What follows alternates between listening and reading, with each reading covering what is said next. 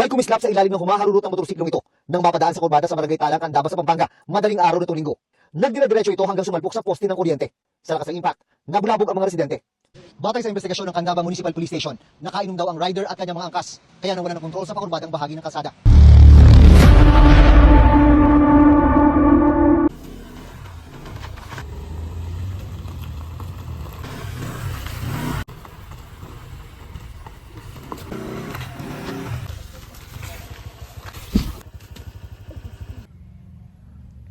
Hello sir.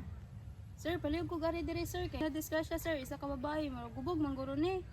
Dire sa kuan, Barangay Malalag, puro ken-ken. Palihog ko sir, salamat.